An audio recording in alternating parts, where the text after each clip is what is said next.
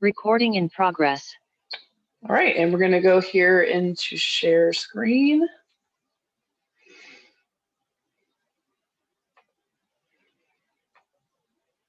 All right. So let's start by going over the compiled classroom data.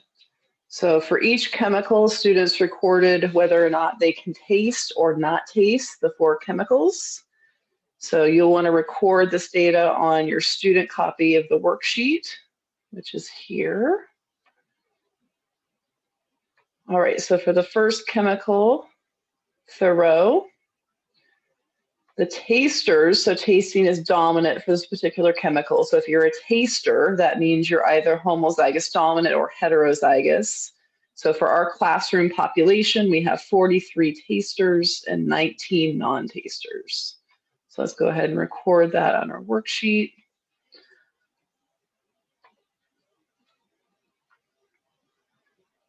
All right, and then for the next chemical, we looked at sodium benzonate. So for sodium benzoate, if you're a taster, that is the dominant phenotype. So if you're a taster, you are either homozygous dominant or heterozygous. And if you're a non-taster, then you are homozygous recessive. So for our classroom population, we have 37 tasters and 25 non-tasters. So record that on our worksheet.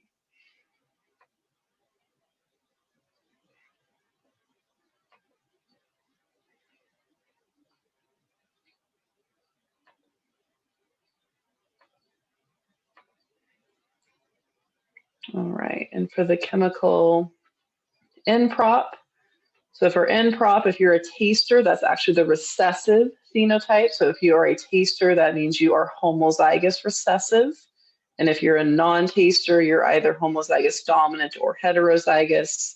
So for our classroom for the chemical N-prop, we have 42 tasters and 20 non-tasters.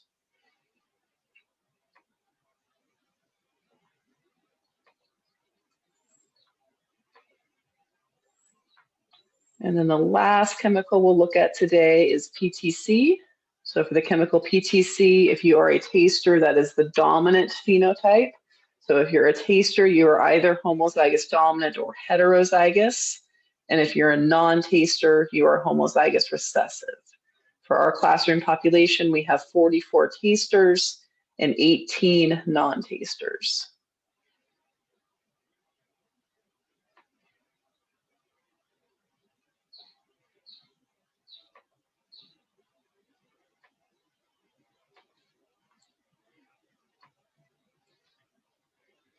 Okay.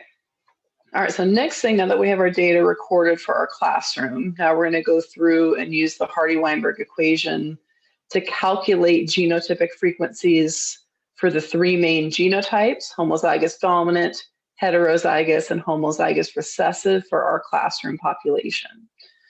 So when you're using the Hardy-Weinberg equation, you want to be certain that you always start with the known quantity, which in this case is always going to be the homozygous recessive individuals in the population. And the reason that's the known quantity, if you're a non-taster, for Thoreau, for example, that's the recessive phenotype, so you know that your genotype must be homozygous recessive. If you're a taster, then you're not certain. You could either be homozygous dominant or you could be heterozygous. So we're going to start with the known quantity, which is the homozygous recessive individuals. And that is going to be represented by Q squared. All right, so to find the value of Q squared, we're going to take the number of homozygous recessive individuals in our population, which in this case is 19, and we're going to divide that number by the total in the population, which is 62. So we're going to pull up our calculator here. Any calculator is fine, the one on your phone, the one on your computer, any basic calculator is fine. So we're going to take 19 and divide it by 62. And we're going to get this big, long number here. So that big, long number, that's the value of Q squared, but we would like to find the value of just Q. So we need to take the reverse of that, and we're going to take the square root. So we take the square root of that number, and now we're going to round to 2 decimal places. So when you're rounding to 2 decimal places, you're going to look at that third number past the decimal. So we're counting out 1, 2, 3. And if it is 5, if it is 4 or below, then we will leave it the same. If it is 5 or above, then we would round up. So since that number, that third number is below 5, we're going to leave it as 0.55. So that is our value for Q, 0.55. And my advice is highlight it, bold it, make it another color, make it really obvious to yourself, because that value of Q is important. So since we know that P plus Q equals 1, we're going to take 1 minus the value of Q to find P. So we're going to take 1 minus our value of Q, which in this case is 0.55. Take 1 minus 0.55 to give us 0.45. So that is our value for P. I would also recommend bolding, highlighting, make it really obvious to yourself what is the value of P. All right, so that's the conclusion of step 1 when utilizing the Hardy-Weinberg equation. Step 1 is essentially finding the values of P and Q. And then step 2 is going to be plugging in those values to the Hardy-Weinberg equation. So when I say the term plug it in, I just mean anytime you see a P, you're going to plug in the value of P. So P squared is essentially the equivalent of the value of P multiplied by the value of P. So we're just carrying everything down here. So we see another P, so we're plugging in the value of P. And then we see a Q, so we're going to plug in the value of Q. We're just carrying everything down. So we see a Q squared, so we're going to plug in the value of Q. And we see another Q, so we plug in the value of Q. So with the Hardy-Weinberg equation, the P squared portion of the equation is going to represent the frequency of the homozygous dominant genotype. So this is going to be homozygous dominant. And then 2PQ, the middle part of our equation, is going to represent the frequency of the heterozygous genotype.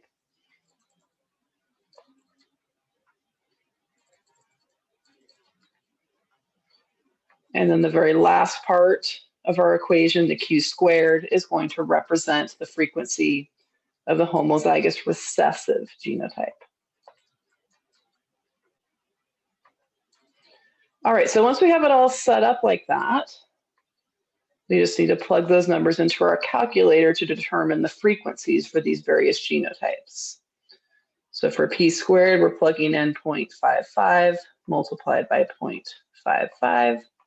Which gives us this, oh, sorry. Professor? Yes. I just want to confirm, it looks like maybe you plugged in the P in the, never mind. I just corrected myself. Never mind, I figured it out. Oh, did I? Oh, no, you're right, actually. I flip-flopped it here. So this should be 4 or 5 here. You're right. Thank you.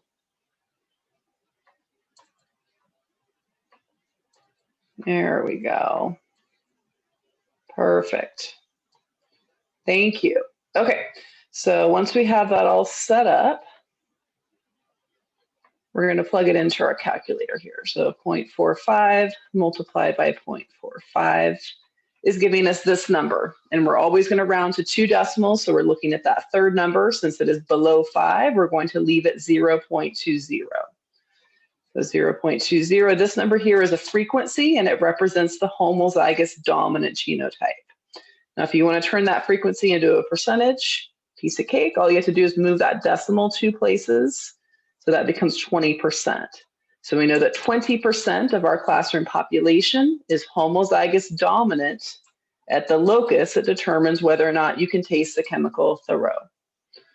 And the middle part of the equation represented by 2PQ. So this is going to give us the frequency for the heterozygous genotype. So 2 multiplied by 0.45 multiplied by 0.55 gives us this number. We want to round to 2 decimals, so we look at the third number. Since it is 5 and above, that means we need to round up. So 0.49 is going to become 0.50. So that's the frequency that represents the heterozygous genotype. If we want to turn it into a percentage, we move our decimal 2 places and it becomes 50%. So we now know that 50% of our classroom population is heterozygous at the locus that determines whether or not you can taste the chemical Thoreau. And then the very last part of our equation, the Q squared portion. So we're taking the value of Q, multiplying it by itself, which gives us this number here. We need to round to 2 decimals, so we look at the third number. Since it is below 5, we're going to leave it at 0.30. So that 0.30, that is the frequency of the homozygous recessive genotype in our classroom population. If we want to change that to a percentage, we move our decimal 2 places, which gives us 30%. So we know that 30% of our classroom is homozygous recessive at the locus that determines whether or not you can taste the chemical Thoreau. So the other really cool thing about the Hardy-Weinberg equation is it's always going to equal 1 or extremely close to 1. So we just want to double check. So 0.2 plus 0.5 plus 0.3, beautiful, gets us right back to 1. And then your percentages are going to equal exactly 100%, or essentially 100% of our classroom population. So we take 20% plus 50% plus 30% gets us right back to 100%. Okay, so my advice is always set it up like this. See how you can follow it all the way down. So you can follow down the P squared to figure out your frequencies and percentages for homozygous dominant. You can follow down the 2PQ to figure out your frequencies and percentages for heterozygous. And you can follow the Q squared area all the way down to figure out your frequencies and percentages for the homozygous recessive genotype. So my advice, if you always set it up that way, it's really difficult to make any mistakes. All right, let's do the... Yes. I'm sorry, I just had a question about step 2. Is it possible to mess up, when you lay it all out, is it possible to mess up one of the numbers inside of the layout? If that makes sense in step 2? Let's do some more examples, just because there are a couple areas where it's easy to make a mistake. I just wanted to get through one example so you guys can see the overall process, but we're going to actually do 2 more examples. And then I'm going to have you guys try one on your own and then see if you can get it. And then, of course, we'll go over questions. But let's go over example 2, and I'll kind of point out the areas where it's easy to forget a step. Does that sound good? Yeah. Perfect. Okay, so let's do, part 2, example 2 is the chemical sodium benzoate. So for this particular chemical in our classroom population, we have 37 tasters. That means 37 of us were either homozygous dominant or heterozygous, and we had 25 non-tasters. So with the Hardy-Weinberg equation, we always need to start with the known quantity, which in this case is the homozygous recessive individuals, which is going to be represented by Q squared. So if we want to find the value of Q squared,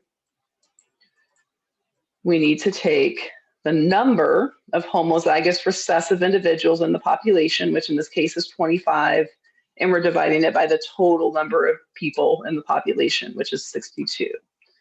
So we pull up our calculator, and we're going to take 25, and we're going to divide it by 62 like that. And it gives us that big long number. You don't necessarily have to write down that big long number because that's actually the value of Q squared. What we want is the value of just Q. So this is one of those areas where sometimes it's easy to forget a step. Sometimes students write down 0.40 as the value of Q, when actually 0.40 is the value of Q squared. So to find the value of just Q, we need to hit the square root button. So that's the button that looks like a check sign with a line above it with the X underneath. So you're going to hit the square root button and you get this number. So this number here is your value of just Q. And we're going to round to 2 decimals. So we want to look at that third number. So this is another area where students sometimes make a mistake. You want to be careful with your rounding. If it's 5 or above, that means you round up. If it's 4 or below, it means you keep it the same. So since this number is 5 or above, this is going to become 0.64. And that's going to be our value of Q, 0.64. And I advise that you bold it, highlight it, make it another color, whatever works for you. Just make it really obvious to yourself. that that's the value of just Q. And since we know that P plus Q must equal 1, and we already have the value of Q, so if we want to find the value of P, all we need to do is invert it. So we take 1 minus the value of Q, which in this case is 0.64, to give us the value of P. So we pull up our calculator again, 1 minus 0.64, which gives us 0.36.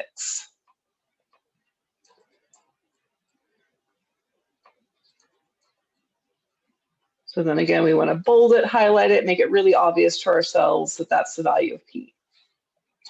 Okay, and then the next step, step 2, is going to be to plug in our now known values of P and Q into the Hardy-Weinberg equation.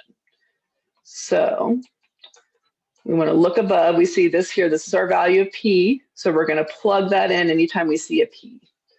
So we see a P, so we're going to plug in 0.36. We have another P, so we plug in 0.36. So this is going to represent the homozygous dominant genotype within our population. So eventually that'll give us the frequency of individuals in our population that are homozygous dominant for this trait. And then middle part of the equation, 2PQ. So we see a P, so we're going to plug in the value of P. We see a Q, so we're going to plug in the value of Q. In this part, the 2PQ is going to represent the heterozygous genotype within our classroom population.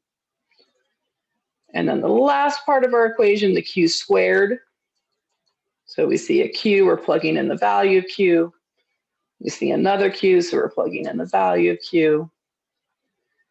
And we want to keep in mind that the Q squared portion of our equation is going to represent the frequency of the homozygous recessive individuals within our population.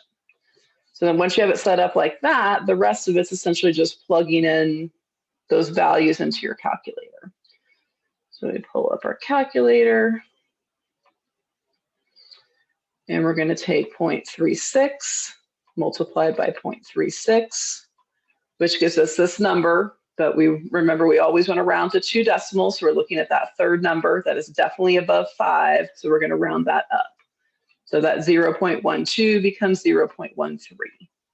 So 0.13, that is the frequency of the homozygous dominant individuals in our classroom for the chemical sodium benzonate.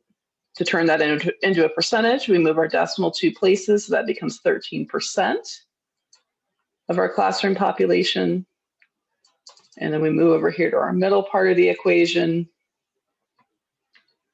This is the 2PQ, so it's 2 multiplied by the value of P multiplied by the value of Q, which gives us this number here. We want to round to 2 decimal places. We look at that third number. That is definitely below 5, so we want to leave that 0.46. So that number 0.46, that's a frequency. That frequency is the frequency of the heterozygous individuals within our classroom for the chemical sodium benzonate. So that 0.46, if we want a percentage, we move our decimal 2 places, that becomes 46% of our classroom is heterozygous at the locus that determines whether or not you can taste sodium benzonate. And last part of the equation, the Q squared, which is eventually going to give us the frequency of the homozygous recessive individuals. So we take the value of Q multiplied by the value of Q, which gives us this number. So we look at the third number. Since that third number is definitely above 5, we're going to round up. So that 0.40 is going to become 0.41. Okay, and that's representing the frequency of the homozygous recessive individuals in our classroom population. So if we want to turn that into a percentage, we move our decimal 2 places. So 0.41 becomes 41%. And we want to make sure that we get to 1, or at least extremely close to 1. So we take 0.13 plus 0.46 plus 0.41, which gives us exactly 1. And we want to make sure that our percentages add up to 100% of our population. So 13% plus 46% plus 41% gets us right back to 100%.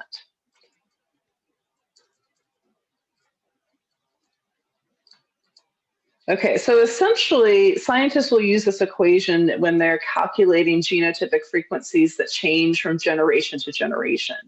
So obviously, our classroom is not really a breeding population. We're just using this activity as an example to learn how to use the Hardy-Weinberg equation. If we were to use this in real life, we would want to make sure that we're calculating, obviously, that we're collecting data from an actual breeding population, and that we're collecting data from many generations, hundreds if not thousands of generations. So essentially, if these frequencies are remaining the same, then we know that the forces of evolution are not operating on that trait at that time. So if the frequencies remain the same, then you know that it's not necessarily beneficial or detrimental for the individual to be able to taste the chemical Thoreau or sodium benzonate, for example. But if you see that these frequencies are changing drastically from generation to generation, for example, if it's advantageous to be a taster, then there's probably a reason for that. Maybe that particular chemical is an indicator that something is poisonous or not something you want to eat. I mean, obviously that's not the case here. I promise I wouldn't give you guys anything that was poisonous. But just for example, if somebody could or could not taste the chemical, if it gave them an advantage, then that is something that would be impacted by the forces of evolution. So let's do one more example together, and then I'm going to have you guys do the last one on your own, and then we'll double check and make sure you got the answer right. So just think about these steps really carefully, and I'll point out again kind of the areas where it's easy to forget a step. So with NPROP, it's actually the reverse. If you are a taster, that is the recessive phenotype. So if you're a taster, then you're homozygous recessive. And then if you're a non-taster, then you can either be homozygous dominant or heterozygous. But with the Hardy-Weinberg equation, we always, no matter what trait we're looking at, we're always beginning with the known quantity, which is the homozygous recessive individuals. So to find the value of Q squared, we're going to take the number of homozygous recessive individuals in our classroom population, which is 42, and divide it by the total number of individuals in our classroom, which is 62. So we pull up our calculators, and we're going to take 42 and divide it by 62. Okay, now remember this big long number here in your calculator, this is the value of Q squared.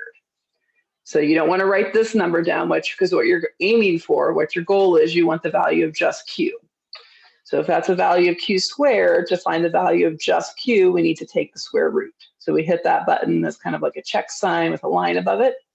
We hit that button, and it's going to give us this number. But we need to round this number to 2 decimal places. So we look at the third number. It's definitely below 4, so we want to leave that 0.82. So we want to write down here that our value for Q is 0.82. And I advise that you bold it, highlight it, just make, whatever is easier for you to make it really obvious that that's the value of Q. And then now that we have the value of Q, it's really easy to find the value of P. Since we know that P plus Q equals 1, all we need to do is take 1 minus the value of Q, which is 0.82 in this case, and that will give us the value of P. So we take 1 minus 0.82, which gives us 0.18. So that 0.18, that is the frequency of P, which represents the dominant allele. Okay, so we have it highlighted. We know our values of P, we know our value for Q. So now all we have to do is plug in the values of P and Q into our Hardy-Weinberg equation. So we need to remember that P squared, the first part of the equation, is going to represent the frequency of the homozygous dominant individuals within our classroom population. And then we need to remember that 2PQ is going to represent the frequency of the heterozygous individuals within our classroom population. And we need to remember that the last part of our equation, the Q squared portion, is going to represent the frequency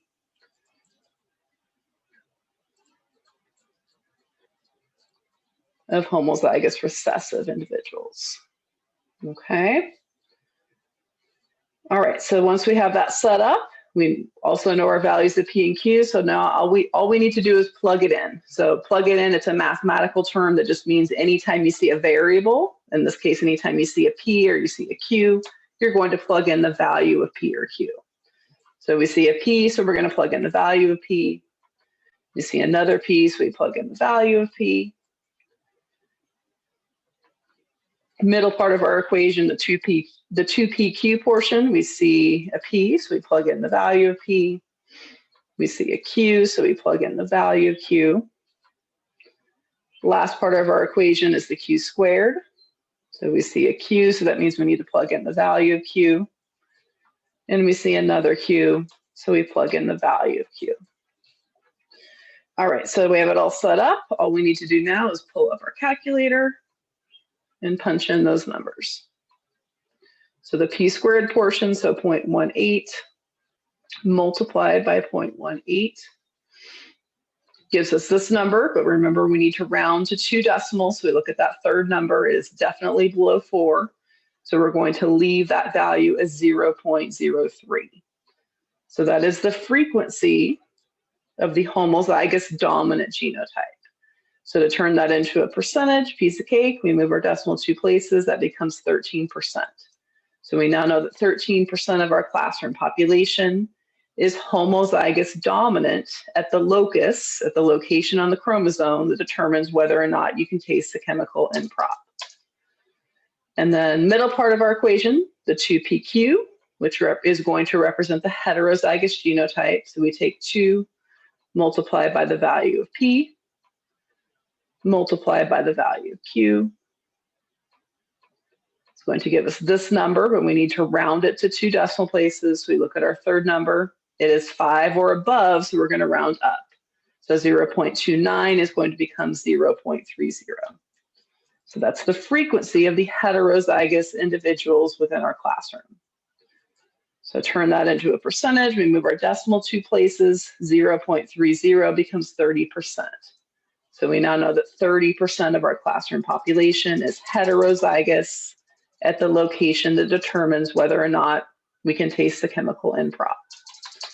Last part of our equation, the Q squared, which will eventually give us the frequency of the homozygous recessive genotype. So we take the value of Q and we're going to multiply it by the value of Q, which gives us this number, but we need to round it. We look at that third number. It is definitely below 4, so that remains 0.67. That number there, the 0.67, that's the frequency of the homozygous recessive genotype. If we want to turn it into a percentage, we move our decimal 2 places. 0.67 is going to become 67%. So we know that 67% of our classroom is homozygous recessive at the locus that determines whether or not you can taste N prop. And then the very last thing you want to do, you just want to make sure, make certain that all of your frequencies add up to 1 or very close to 1. 0.13 plus 0.3 plus 0.67, which gives us 1.1. Now this will happen sometimes. I'm actually glad it happened with one of our examples, because since our classroom is not actually a breeding population and we're not actually within Hardy-Weinberg equilibrium, sometimes you will get 1.1 or 0.99, but it's never going to be way off. And I promise you on all the exam questions, they will equal exactly 1. But since this is, yes. I'm sorry, I think the first one is supposed to be 0.03 instead of 0.13. Oh, okay.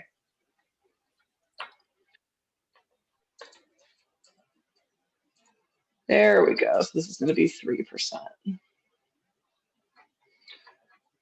There we go. Sorry, guys. I have so many windows up. It gets a little confusing for me sometimes when I have so many windows up. I apologize about that. Okay, so let's double check it again. So we got 0.3 plus 0.30 plus 0.67. Sorry, guys. 0.03 plus 0.3 plus 0.67. gets us exactly back to 1. And then we want to see if our percentages add up. 3% plus 30% plus 67% gives us 100%. So 100% of our classroom population. Okay, so what I want you guys to do next for our last example, because I want to make sure that you guys feel confident that you could do this on your exam. We're going to stay here on Zoom, of course, but what I want you to do is let's take 5 minutes, and I want you to try the last example on your own. And then once you try it on your own, then we'll do it together. So for our last example, we're looking at the chemical PTC. So those of us that are tasters, tasting is dominant. So we're back to the standard. If you're a taster, that's the dominant phenotype. So if you're a taster, that means you're either homozygous dominant or you're heterozygous. So we have 44 individuals that are tasters, and then non-tasters, the homozygous recessives, we have 18 of those. So go ahead and let's take 5 minutes and follow those steps, and then we'll go through it together and make sure that you were able to come to the correct answer on this one.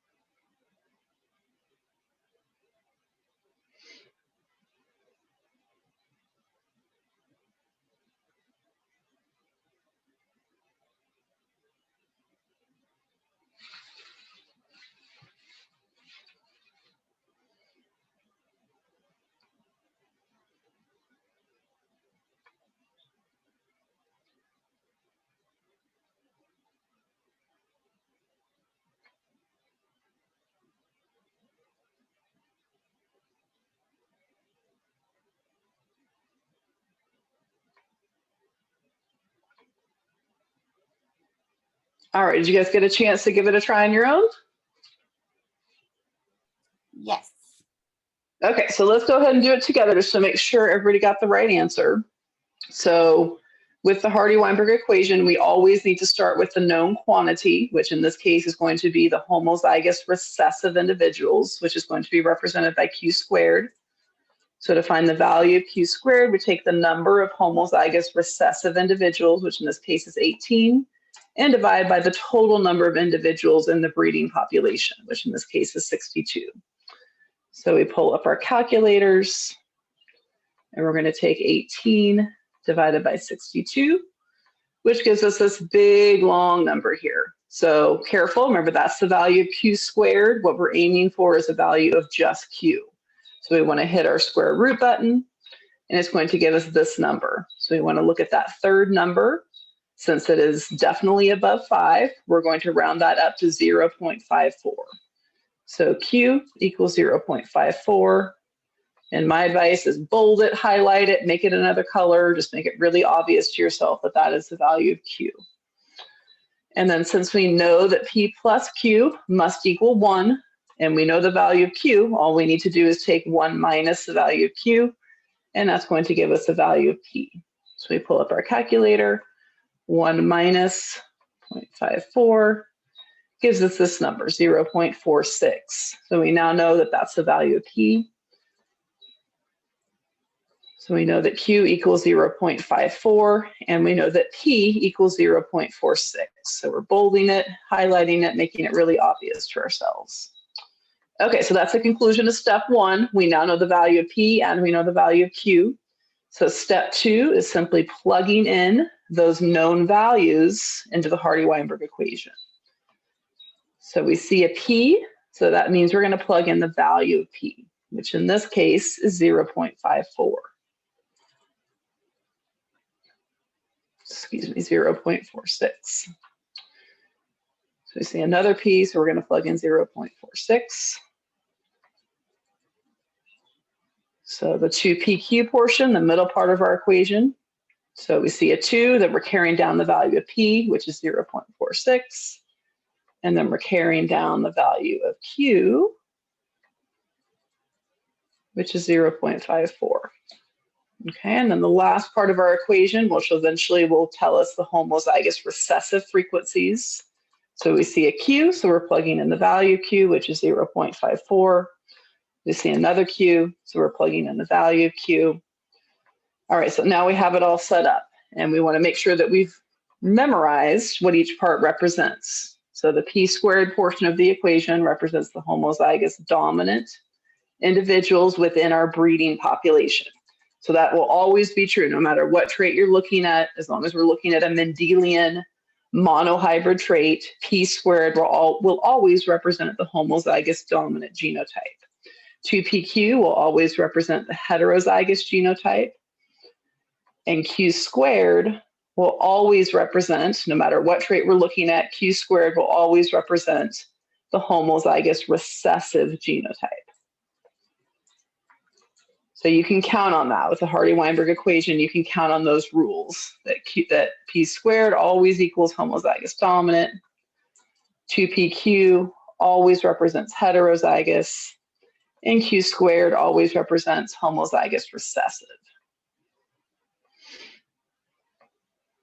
Okay. All right, so once we understand those properties of the equation and we have it all set up nice and neat like this, then the rest of it is just simply plugging in those numbers into our calculator. So we take 0.46, which is the value of P, multiplied by the value of P, which gives us this number, but we want to round to 2 decimal places. So we look at the third, that is definitely below 4. So we're going to leave that 0.21. So that number, 0.21, that is the frequency of the homozygous dominant genotype. So that means that 21% of our classroom population is homozygous dominant at the locus, at the location on the chromosome that determines whether or not you can taste the chemical PTC. The middle part of our equation will eventually tell us the frequency of the heterozygous genotype.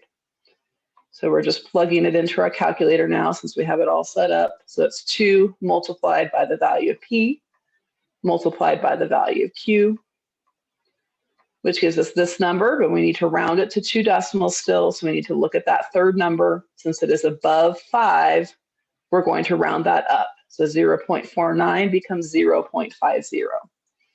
So that number represents the frequency of the heterozygous genotype. So we now know that 50% of our classroom, 50% of our classroom population is heterozygous at the locus, at the location on the chromosome that determines whether or not you can taste the chemical PTC. Last part of our equation, which is eventually going to tell us the frequency of the homozygous recessive individuals. So this is the Q squared portion of our equation. So we take the value of Q, which is 0.54, and multiply it by the value of Q, which gives us this number. We still need to round it. We look at that third number, which is definitely below 4. So that's going to remain 0.29. Okay, so that is the frequency. 0.29 is the frequency of the homozygous recessive individuals in our population. If we want to change it into a percentage, not a problem. We just move our decimal 2 places. 0.29 becomes 29%. So we now know that 29% of our classroom population is homozygous recessive at the locus that determines whether or not you can taste the chemical PTC. And then very last step, we just want to make sure our frequencies and percentages equal 1. So we take 0.21 plus 0.5 plus 0.29 gives us exactly 1, or 100% of the population. And we just check our percentages. 21% plus 50% plus 29% gives us exactly 100%. All right, so my advice, always, always, always set up your Hardy-Weinberg equations like this. Follow these steps exactly. And as long as you follow these steps, it's really difficult to make a mistake with the Hardy-Weinberg equation. It's, a lot of times students are somewhat intimidated by this equation, but actually this is probably one of the easier concepts we will cover this semester, because as long as you follow these steps, you'll always get the right answer. How are you guys feeling about this? You guys want another example? I got that example pretty well. I like the way you explained it. Okay, good. I thought it was very clear. I realized I did something kind of opposite. I got the same numbers, but backwards. So but I get it now. Once you explained it, it's all set. Okay, good. Yeah, that is a common thing. Like sometimes it is, and I even did it myself at the very beginning, and thank you for correcting me, but it is easy to flip-flop the values of P and Q. So just be careful about that. That's why I recommend, as in your step 1, when you're calculating the values of P and Q, just make it really obvious to yourself, either highlight it or circle it, put a box around it, and then just be careful once you're plugging it in. Make sure you're plugging in the value of P whenever you see a P and the value of Q whenever you see a Q. But yeah, that is one of the areas that can be easy to accidentally flip-flop. How are you guys feeling about, so essentially for lab 4, you're done. Lab 4, all you have to do is upload that document into Canvas. So you just go into lab 4 module. So once you log in, and your Canvas may look a little bit different than mine, but it should look similar to this. So once you log in, the modules tab is actually the home screen. So you're already seeing modules, but if for some reason you're not on the modules tab, just make sure you're on modules, and then just scroll down to lab 4. And then you're gonna click on, so this is what you've already done this, that's your data collection. So you've already done that. And then all you have to do is click here, and then you just upload that document. So you have 2 options. You can either just obviously type in your answers like I did in the Microsoft Word document and then upload it that way. Or if you want to print it out, that's totally fine too. You can print out the document, handwrite your answers, and there's a really cool free application called Geniusscan. You can download it on Androids or on Apple devices. And basically you just take pictures of the 4 pages of your packet. Geniusscan automatically creates a document for you, a PDF document, and then you can upload that document to Canvas. So whatever is easier for you is fine with me. So all you have to do is upload that document and you're essentially done with lab number 4. And I did extend the deadline on this. I extended it through next Sunday, which is Sunday, March 7th, just to make sure everybody has time to, I know not everybody could attend the Zoom, so that way everybody has time to watch the recording, or you can rewatch the recording if you need to, and upload your document. Do you guys have questions about the exam next week? Since I have you here on Zoom, does anybody have questions about the exam?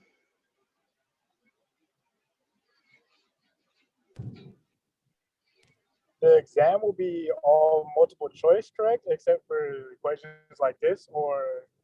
Yeah, I mean, even there's about 4 or 5 Hardy-Weinberg equations, which obviously you're going to need, you should have paper and pencil and a calculator out, but it'll still be multiple choice. Like there will be, I think there are 5 Hardy-Weinberg equation problems that you'll work out, and then you'll select the correct answer. Like it'll have you do the equation, and then at the very end, it will ask, what is the frequency or what is the percentage for the heterozygous genotype?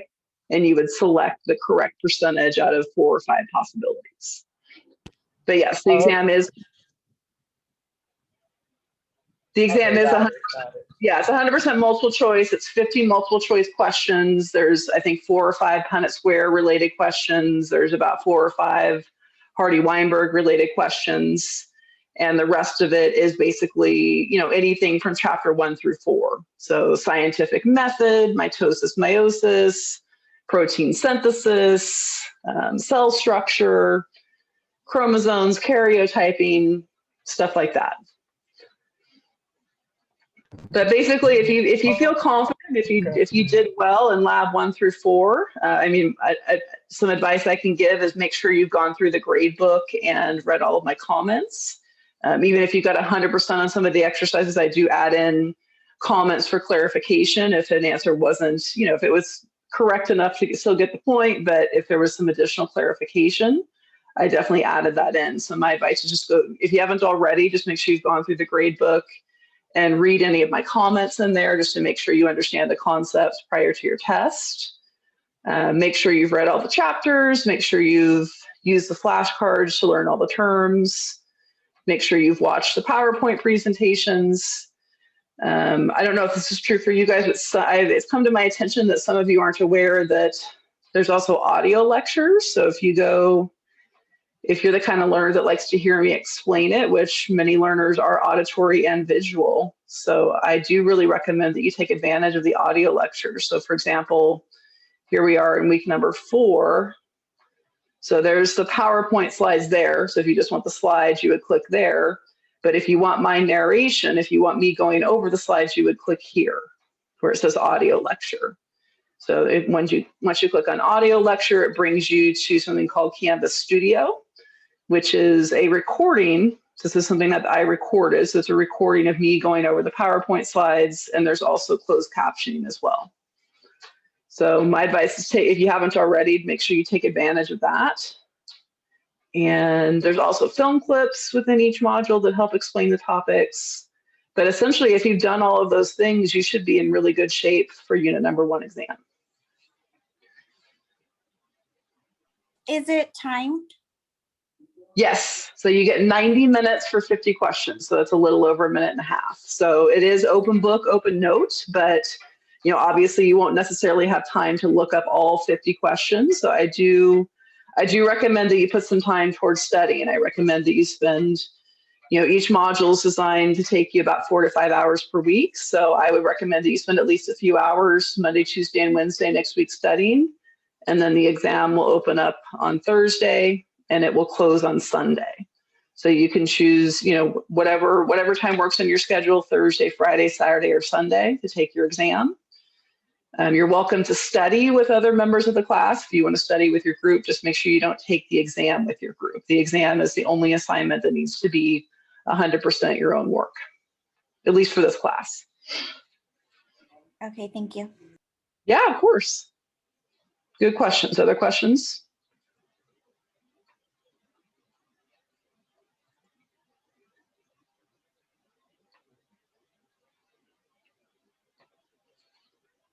You guys are good? Okay. All right. Well, that's all sorry, go ahead. Oh, no, I was just saying, yeah, we're good. I'm good. Awesome. Awesome. Okay. Well, I'll stay on Zoom for a few minutes. If anybody has additional questions for me, or if you want to ask something privately, I'll stay on here for a few moments. But if not, don't forget I have office hours every Wednesday, 3:30 to 5:30. And if you can never do Wednesdays, but you still need to talk to me, just send me an email and we can always set up a time to meet at another time. But definitely, don't struggle through it. Contact me if you need help and we'll set up a time where we can Zoom. All right, you guys have a great weekend. I will see you soon, hopefully. Thank you. Bye. All right. You're Thank you. welcome. Have a good weekend, Professor Proctor. Yeah, you too. Have a great weekend, Christopher.